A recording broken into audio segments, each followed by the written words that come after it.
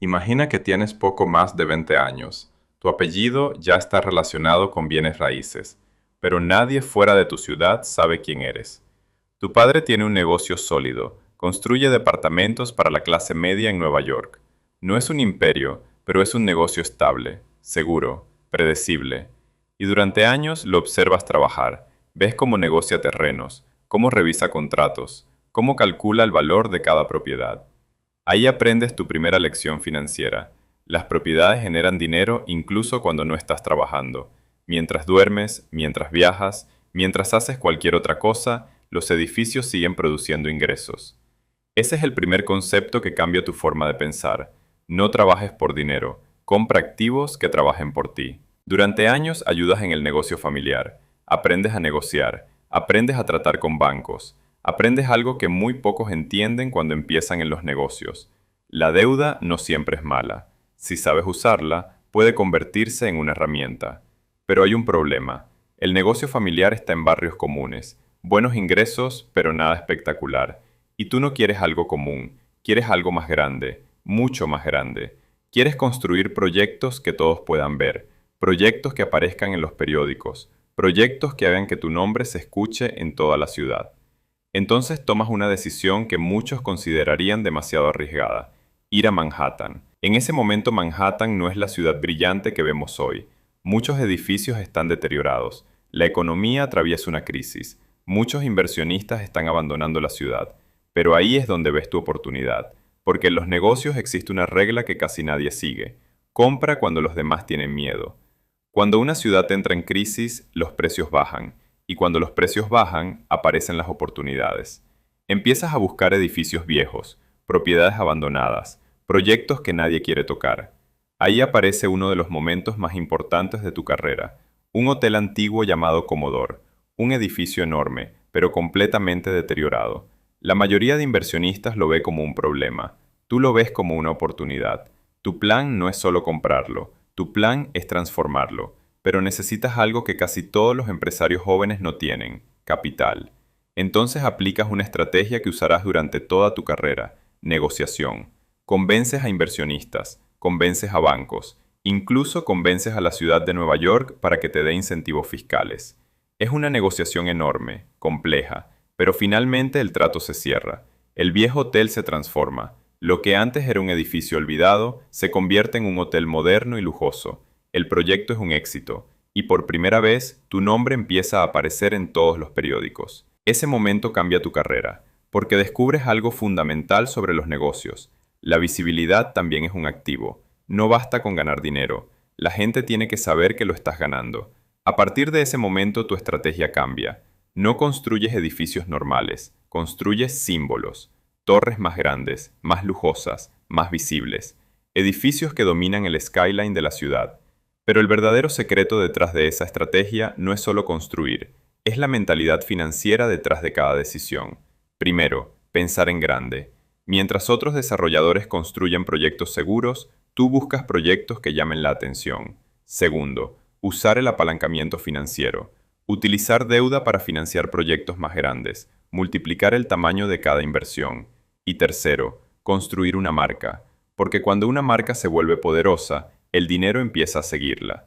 Tu nombre empieza a aparecer en hoteles, en edificios, en casinos, en campos de golf.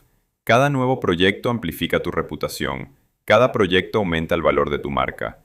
Y con el tiempo, esa combinación de decisiones crea algo mucho más grande que un simple negocio inmobiliario. Crea un imperio. Décadas después, tu nombre es reconocido en todo el planeta. Pero todo comenzó con una decisión simple: pensar más grande que todos los demás, y tener el valor de apostar cuando nadie más quería hacerlo. Pero hay algo que la mayoría de personas no ve cuando observa el éxito de un empresario. No son solo las grandes decisiones, son los hábitos diarios. Las pequeñas reglas financieras que se repiten durante años. Reglas que parecen simples, pero que terminan construyendo imperios. Una de esas reglas era obsesionarse con el valor de cada propiedad, cada edificio, cada terreno, cada metro cuadrado. Para muchos desarrolladores inmobiliarios, un edificio es solo una inversión, pero para él era una oportunidad de multiplicar valor. Antes de comprar una propiedad, analizaba algo muy específico: Ubicación. Porque en bienes raíces existe una regla que se repite desde hace siglos. La ubicación lo es todo. Un edificio mediocre en una gran ubicación puede convertirse en una mina de oro, pero un edificio perfecto en una mala ubicación puede convertirse en una pérdida permanente. Por eso, antes de invertir millones, pasaba semanas analizando calles, barrios, tráfico, flujo de personas, crecimiento de la ciudad. No compraba solo un edificio, compraba el futuro de ese lugar. Otro hábito financiero que repitió durante toda su carrera fue usar el dinero de otras personas. Muchos empresarios intentan crecer solo con su propio capital, pero eso limita la velocidad. En cambio, él entendió algo sobre el sistema financiero.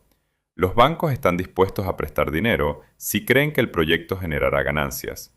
Entonces aprendió a presentar proyectos, a convencer inversionistas, a mostrar visiones de lo que un lugar podría convertirse. No vendía solo un edificio, vendía una idea, vendía una visión. Y cuando suficientes personas creen en una visión, el dinero empieza a aparecer. Ese es el principio del apalancamiento, usar capital externo para construir algo mucho más grande de lo que podrías construir solo. Pero el apalancamiento también tiene riesgos. Si el proyecto falla, la deuda sigue existiendo. Por eso cada decisión debía ser calculada, cada inversión analizada. Otro hábito que repitió constantemente fue convertir cada proyecto en una historia.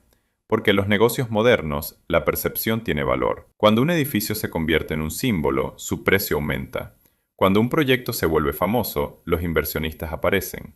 Cuando una marca se vuelve reconocida, las oportunidades se multiplican. Por eso muchos de sus edificios llevaban su propio nombre. No era solo ego, era estrategia. Porque cuando las personas escuchaban ese nombre, lo asociaban con lujo, con tamaño, con ambición. Y en el mundo de los negocios, la percepción puede convertirse en dinero real. Pero hubo algo más que influyó en su forma de pensar: la competencia. Desde joven aprendió a ver los negocios como un juego donde siempre quería ganar. Eso lo llevó a tomar decisiones que otros empresarios evitaban, proyectos más grandes, más visibles, más arriesgados, pero también más rentables. Otro hábito que repetía constantemente era pensar en el largo plazo. Muchos inversionistas buscan ganancias rápidas, comprar barato, vender rápido. Pero en bienes raíces existe otra estrategia: comprar, desarrollar y mantener activos durante décadas. Porque las ciudades crecen, las economías cambian y el valor de ciertas ubicaciones puede multiplicarse con el tiempo.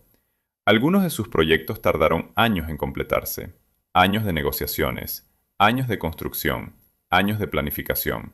Pero cuando finalmente se terminaban, el resultado era algo que dominaba el paisaje de la ciudad, algo que no podía ignorarse. Y ese tipo de proyectos terminan definiendo carreras empresariales. Con el paso del tiempo, esa combinación de hábitos comenzó a generar resultados enormes. Propiedades en algunas de las zonas más valiosas del planeta, hoteles de lujo, campos de golf, torres gigantes, proyectos que atraían inversionistas de todo el mundo. Pero el verdadero secreto no era un solo negocio, era la mentalidad detrás de cada decisión: pensar en grande, negociar constantemente, usar apalancamiento y convertir cada proyecto en algo visible, algo memorable, algo imposible de ignorar. Porque cuando un empresario logra eso, su nombre deja de ser solo un nombre, se convierte en una marca. Y cuando una marca se vuelve global, las oportunidades dejan de depender solo de un edificio. Empiezan a aparecer en todas partes: licencias, socios, nuevos proyectos, nuevas inversiones, nuevas ciudades. Y así es como una carrera que empezó ayudando en el negocio familiar termina convirtiéndose en una fortuna de miles de millones. Pero si hay una lección que se repite a lo largo de toda esta historia, es esta: las grandes fortunas casi nunca se construyen por accidente, se construyen con decisiones, con hábitos, y con la capacidad de ver oportunidades donde otros solo ven problemas.